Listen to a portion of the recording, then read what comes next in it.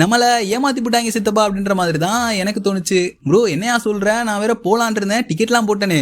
அப்ப படம் மொக்கையான்னு கேட்டீங்கன்னா மொக்கெல்லாம் இல்லைங்க. நிறைய பயங்கரமான சம்பவங்கள் படத்துக்குள்ள இருக்கு. ஆனா அதெல்லாம் சேர்த்து இந்த படம் ஒரு தரமான சம்பவமா நமக்கு ஃபீல் ஆச்சான்னு கேட்டீங்கன்னா கண்டிப்பா இல்ல.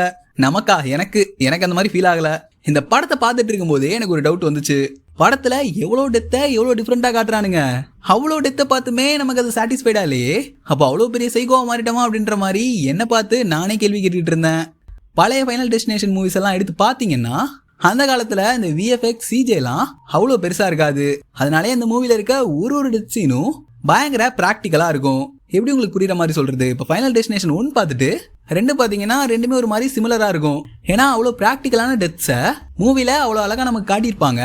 அதை பார்க்குறப்போ பயங்கரமாகவும் நல்லா சாட்டிஸ்ஃபைடாகவும் இருக்கும். ஆனால் அந்த விஷயம் தான் இந்த மூவில மிஸ் ஆகுது. ஏன்னா 15 வருஷத்துக்கு அப்புறம் ஃபைனல் டெஸ்டினேஷன் சைட்ல இருந்து ஒரு மூவி வருது.